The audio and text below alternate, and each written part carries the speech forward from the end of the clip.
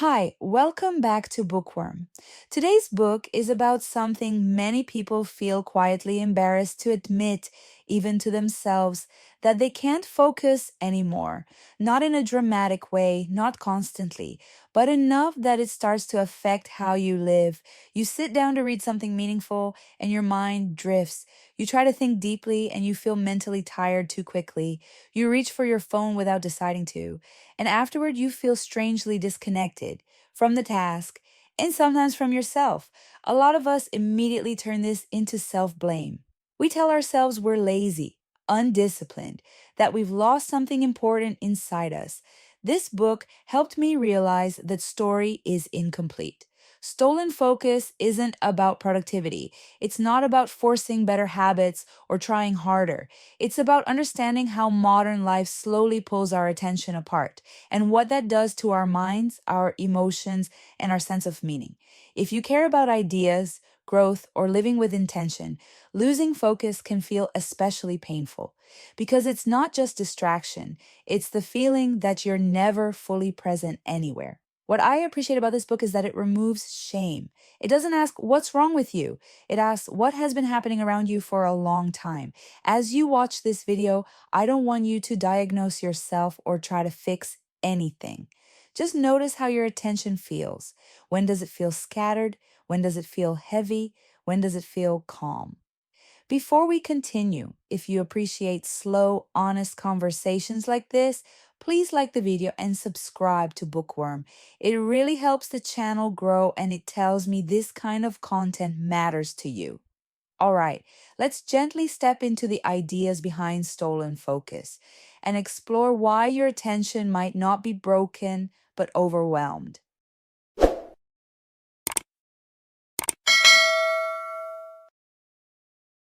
You know that feeling? It's almost like a constant buzz in the background of your life. That feeling that your ability to just focus is slipping away. That the kind of deep, quiet thought you used to have is now a real struggle. Well, today, we're going to dive into that using Johann Hari's incredible book, Stolen Focus, as our guide. And here's the most important idea we're going to unpack. This is not a personal failure. It's not about a lack of willpower. It's about the powerful forces in our world that are actually designed to break our attention. Wow, this quote really hits hard, doesn't it? It feels like it could be the summary for our entire generation. It captures this really deep, quiet sense of loss. The feeling that we're just kind of skimming the surface of our own lives. You get this one precious life to really live in, to experience, to connect, but so much of it is spent in this state of, agitated distraction. We're constantly pulled away from the people and the things we really care about. It's that feeling of being physically in a room, but mentally you're a million miles away. So to really get to the heart of this whole crisis, the book starts somewhere really personal. It doesn't begin with a bunch of data or charts. It begins with a story about a promise the author made to his godson, Adam. See, when Adam was a little kid, he was totally obsessed with Elvis Presley. And the promise was simple. One day, I'm going to take you to Graceland. It was supposed to be this perfect moment of shared, focused joy. But by the time they finally made that trip, 10 years had passed. Adam was a teenager. And that curious, happy kid, well, he was pretty much gone. He'd been replaced by someone who just seemed fragmented. He was on his phone constantly, just lost in that endless flickering scroll of social media. His attention, his whole being, was just shattered into these tiny little pieces.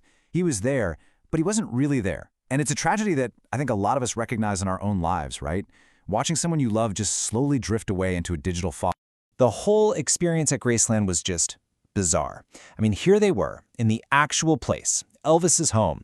But nobody was really there. People were standing in the Jungle Room, one of the most famous rooms in America, and instead of actually looking at it, they were staring at their phones, swiping through an iPad app that was showing them pictures of the very room they were standing inside. They were choosing a digital copy of reality over reality itself. And this was the breaking point. Hari sees his godson, who had promised to stay off his phone, hiding in a corner, just scrolling through Snapchat. And in this burst of pure frustration, he just yells these words at him. But, the anger wasn't really just for Adam. It was a cry of fear. It was him recognizing his own focus cracking, his own feeling that he too was missing his one and only life, one notification at a time. That feeling of frustration, that anger, it almost always turns inward, doesn't it? When we can't focus, when an hour just vanishes into a social media black hole when we meant to read a book, our first instinct is to blame ourselves. We think, oh, I'm just weak, I'm failing. But what if that's the wrong story entirely? What if our focus isn't failing? What if it's being stolen? This is the question that just haunts so many of us. You sit down and do something important, and your brain is immediately looking for the nearest exit. You try to have a real conversation with someone you care about, and your hand is twitching, reaching for your pocket. It feels like this constant, exhausting battle inside your own head. And you ask yourself over and over, what is wrong with me? Why is this so incredibly hard? And this is the script we all know by heart, the script of self-blame. We take this struggle and we make it about our character. And this script tells us the solution is easy. Just try harder. Just be more disciplined. But maybe, just maybe, this whole story of personal failure is the biggest distraction of all, because it stops us from seeing the much, much bigger forces that are really at work here. Now, this quote is absolutely wild because of who it's from. Professor Roy Baumeister. This guy is the world's leading expert on willpower. He literally wrote the book on it. And even he is admitting that he feels his own ability to concentrate is getting worse. So when the #1 expert on self-control says he's struggling to focus, that's a huge sign that this isn't about you or me being weak. Something bigger is going on. And this brings us to the core argument of the book. To really understand our attention crisis, we have to stop looking in the mirror and blaming ourselves. We need to start looking out the window at the world that we all live in. It's about reframing the problem away from personal failure and toward an environment that is making it almost impossible to focus. Professor Joel Nigg, an expert on attention problems, has a name for this. He calls it an attentional pathogenic culture. Okay, let's break that down. Pathogenic means disease-causing. So what he's saying is, we live in a culture that is actively making our attention sick. In a world like this, the default state is distraction. Deep focus isn't the norm anymore. It's a radical act of rebellion. You have to fight against this powerful current of interruptions and pings just to think a clear thought. Think about the obesity crisis for a second. For years, the story we were told was all about personal failure, right? People just lack willpower. But now we understand that the crisis was really driven by a massive change in our food environment, the invention of super addictive processed foods, constant advertising, it was everywhere. Well, the attention crisis is exactly the same. We keep blaming ourselves for being lazy when the real problem is a toxic attention environment that's designed to keep us scrolling and clicking. Just let that sink in for a minute. A leading expert on attention says that if he wanted to design a world to deliberately destroy people's focus, he would design the world we're living in right now. That suggests our environment isn't just accidentally distracting. No. In many ways, it is perfectly engineered to shatter our ability to concentrate. So what are these forces that are so perfectly designed to break our focus?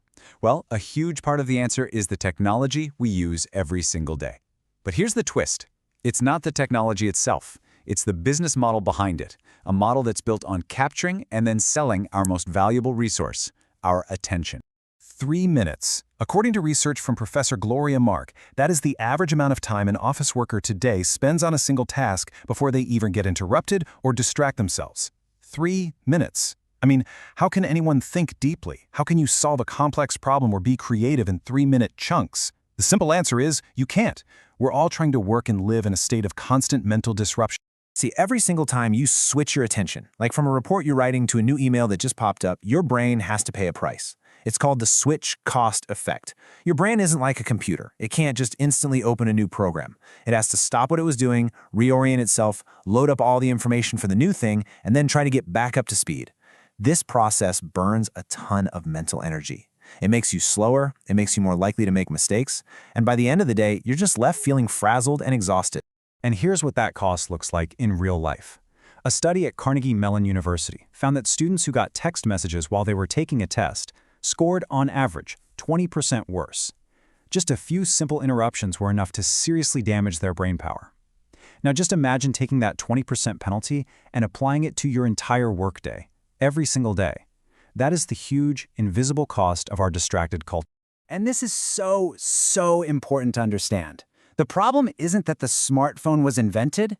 The problem is the very specific way these apps and websites are designed and the business model that pays for it all. This insight comes from Tristan Harris, who used to be a design ethicist at Google. He saw from the inside how these systems are built to get us hooked. The goal of so many of these huge tech companies is simple: keep you on their app for as long as possible. Your time, your attention, that's their product. They track everything you do, every click, every like, every pause, to build this incredibly detailed psychological profile of you. And they use that profile to sell ads. It's created what they call an arms race for our focus. They learn what makes you tick, what makes you angry, what makes you happy, what you're afraid of, and they feed you a perfectly customized stream of content to keep you scrolling. So, when you can't look away, that's not a failure of your willpower. It's the success of their design. So once you really let that sink in, that our attention is being systematically broken down by some of the most powerful forces on the planet, it becomes really obvious that just trying harder is never going to be enough. We have to think about the solution in a totally new way. We've got to move beyond blaming ourselves and start talking about collective action. The book brings up this amazing concept called cruel optimism. This is when the thing you want, in this case focus, actually becomes an obstacle to your own happiness, because the solutions you're given are totally useless. Telling someone to just try harder in the world we live in now is a perfect example. It's like telling someone to go build a beautiful sandcastle in the middle of a hurricane. It completely ignores the giant forces at play, sets you up to fail, and then makes you feel ashamed when you do. And this really is the only logical conclusion. Yes, of course, individual changes matter. Turning off notifications, trying to schedule deep work, these are good defensive measures. But that's all they are, defenses. They're not going to solve the problem at its root. If our entire culture is toxic to attention, then we have to work together to change the culture.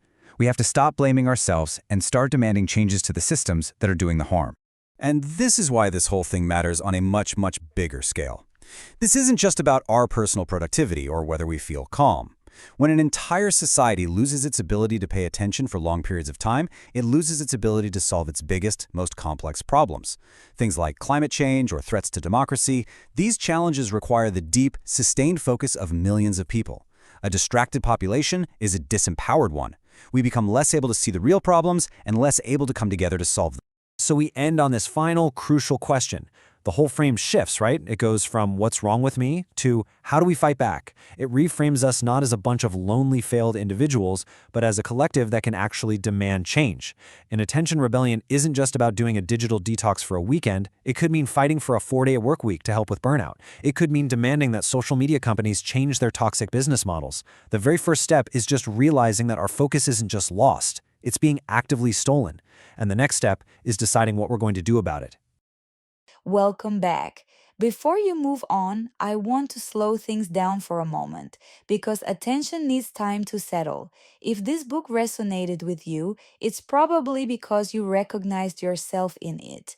That constant sense of being mentally stretched thin, pulled in many directions, rarely fully present in what you're doing. One of the most important messages in Stolen Focus is that losing focus isn't a personal failure. It's a human response to an environment that constantly interrupts pressures and overstimulates us. You don't need to be harsher with yourself. You don't need more self-control. Sometimes what you need first is understanding. Focus isn't just about getting more done. It's about being able to stay with a thought long enough for it to matter, to stay with a feeling long enough to understand it, to stay with a moment without immediately escaping it. That's not weakness, that's humanity. You don't have to change your life after this video. You don't need to delete every app or redesign everything overnight. Sometimes the most meaningful shift begins with noticing what drains you and giving yourself permission to protect your attention a little more carefully. If this video helped you feel less alone in your struggle with focus, please take a moment to like it. And if you want more calm, thoughtful conversations like this, make sure you're subscribed to Bookworm. If you feel comfortable, I'd really love to hear from you in the comments. What is one thing you miss being able to focus on deeply? Thank you for spending this time here. Take what resonated, leave what didn't, and be gentle with yourself as you return to your day. I'll see you in the next one.